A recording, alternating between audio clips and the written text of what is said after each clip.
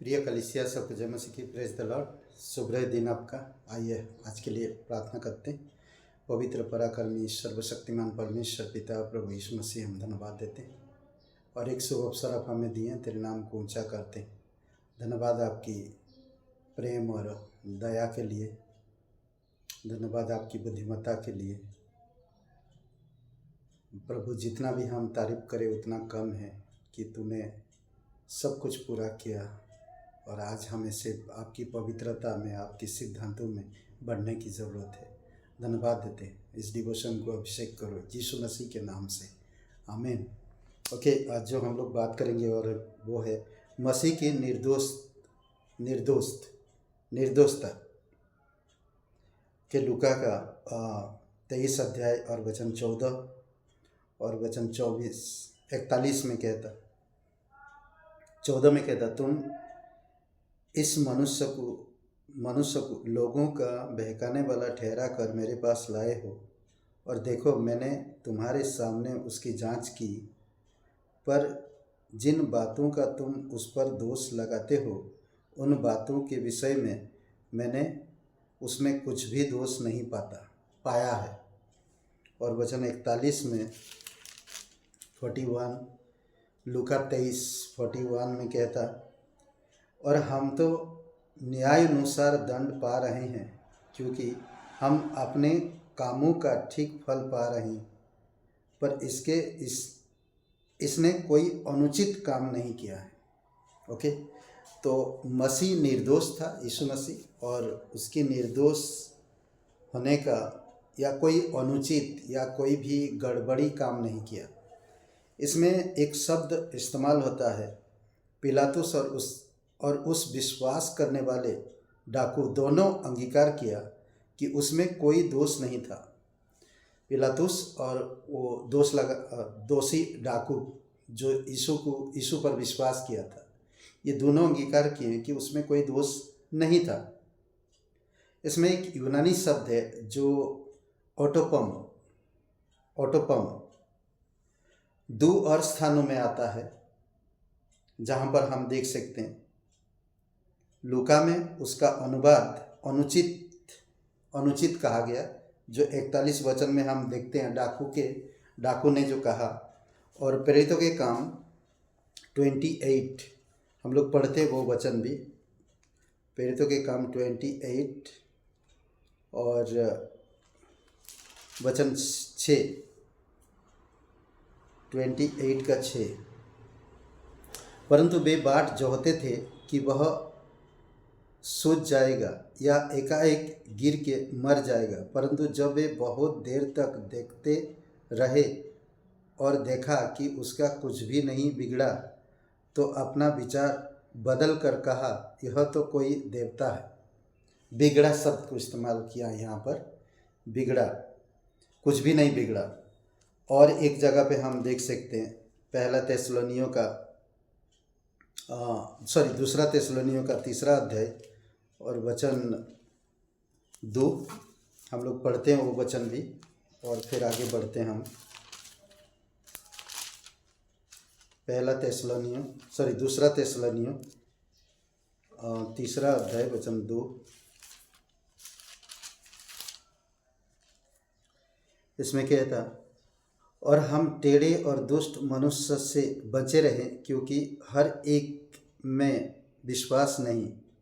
दुष्ट और टेढ़े मनुष्य, यहाँ पर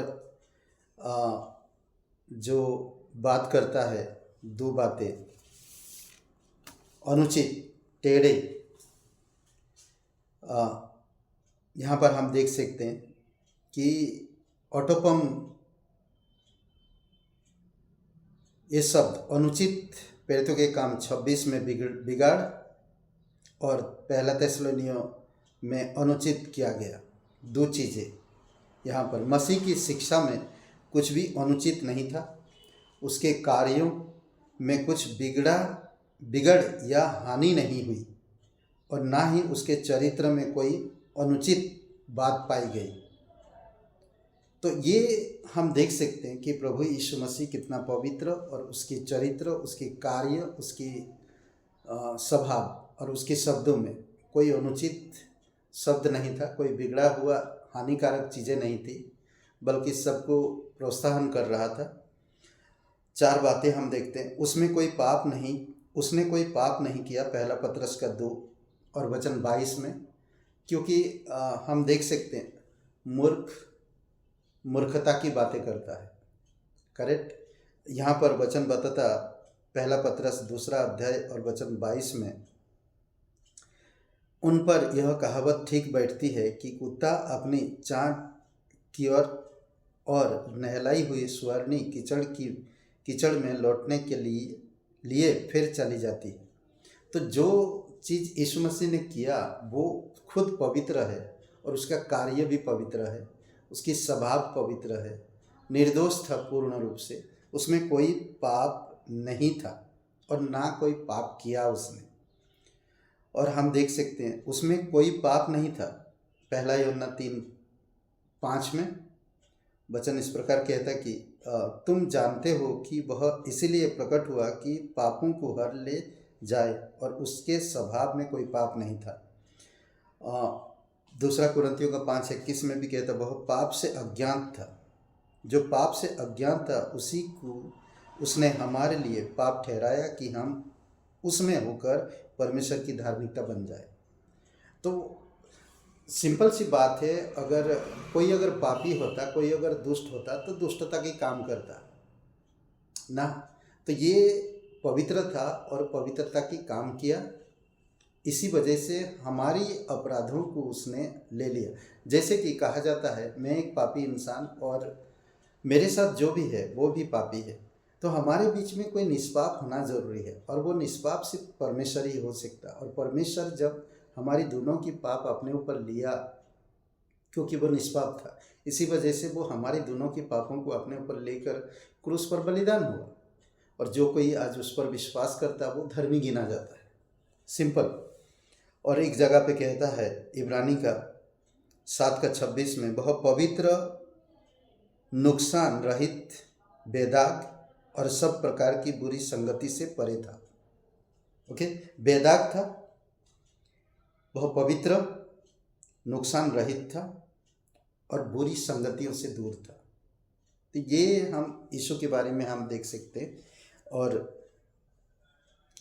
सर्वाधिक महान चरित्र जो कभी हुआ, सर्वाधिक शर्मनाक और अनजित मत मरा जो उसके पूर्व कभी नहीं हुआ था।